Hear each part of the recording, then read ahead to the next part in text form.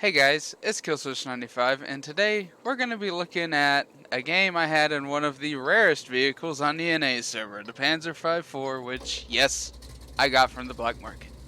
I have no shame in saying that I spent 5.5k gold on a tank that has never been sold outside of pre-order game bundles in the past 8 years on this server. Yes, I did. Was it worth it?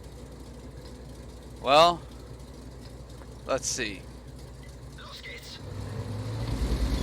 Yes, this thing is so worth the 5.5k gold.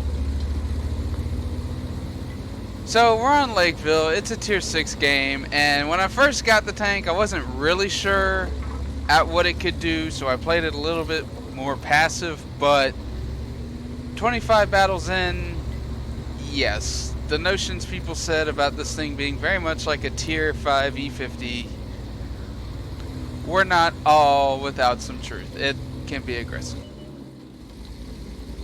But that doesn't mean I have to be super aggro at the start, so I was thinking this light tank was going to push up, but he's not.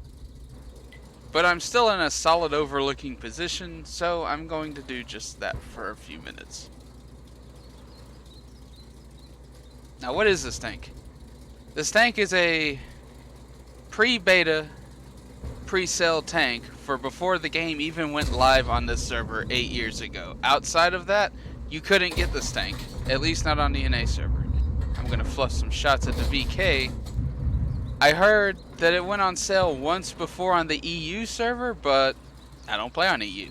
This is NA. So when I heard that this tank was gonna go on sale, I stayed up till 8 AM to smash that buy button harder than I've smashed any buy button before in this game, and to my surprise, when I got up at 1 PM, it didn't sell out.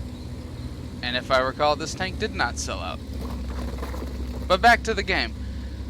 I see the KV2s pushing up, and considering I have a Panther hull, I'm thinking, well, I can kind of heavy it out. They don't really have any heavies, so I'll go and support him. And I run into this brick wall here. I totally forgot that this house was right there. But that's alright. It's not really going to hinder me. This game is going to develop kind of slowly right now.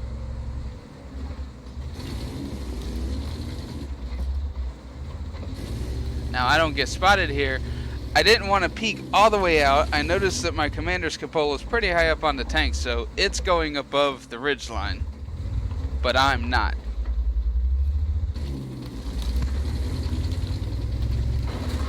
I noticed the VK's there and I can get a line of sight on him, so I'm going to put a shot into him.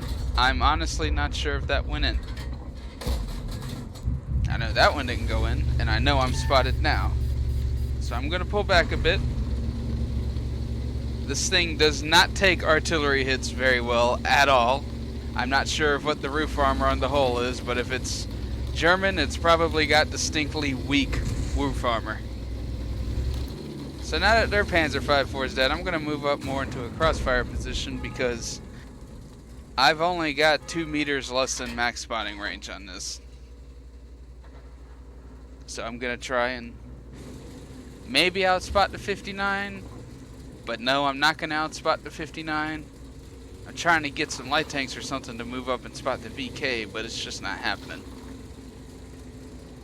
So I watched for a minute on this KV2 and KV220 fight, and damn! That's a lot of damage. So I see the Sturves pumping shots into the Cromwell, so I'm going to move to get shots on him over here, because this does have gun depression. Unfortunately, that shot bounced, but I'm going to back up into a position where I've kind of got some cover between the rubble and this hill here, not to mention the way the buildings go. And this Sturve is going to be baited. He's thinking, oh man, it's just a tier 5, and tier 5 mediums are garbage.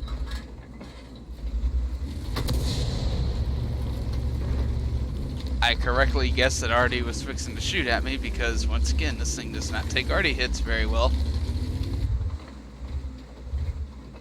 And I'm going to wait on the Sturve. He's not going to show. KV2's calling for help. He's making a push. So, yeah, we're going to go help the KV2.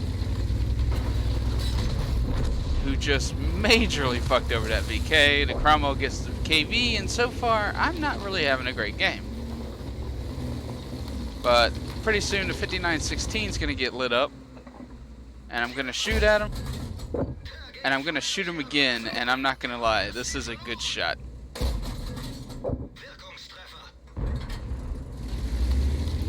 I believe that is the most accurate shot I've ever taken in this game ever.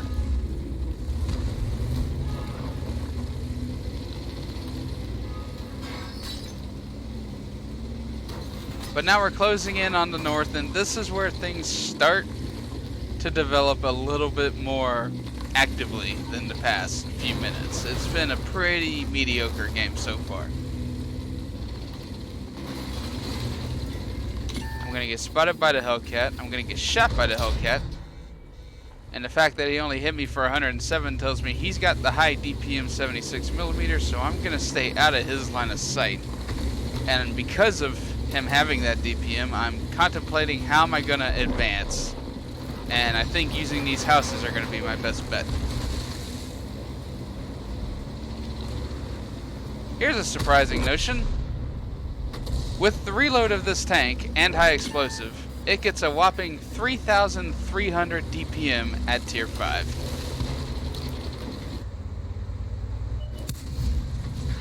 Nice. Rip Hellcat. I'm gonna derp one into his side here, but I mean, he was dead anyway. It's always nice to test out your tank's HE against Hellcats to see what you can rely on it to do.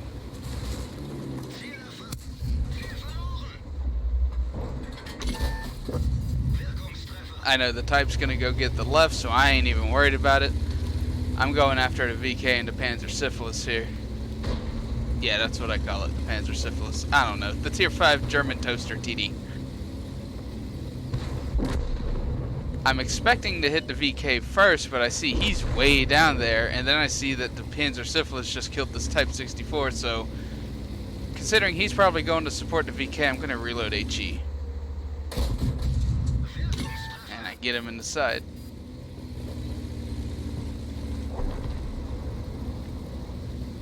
He's going to turn around to try and put a shot into me, but I've got way better gun handling than he does, and there you go.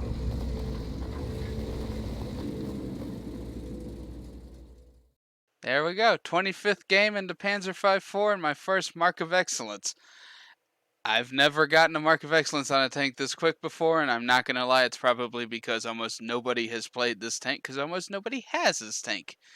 And it takes about 2 weeks for the system to update on Marks of Excellence, so I'm going to try and 3-mark it within 2 weeks.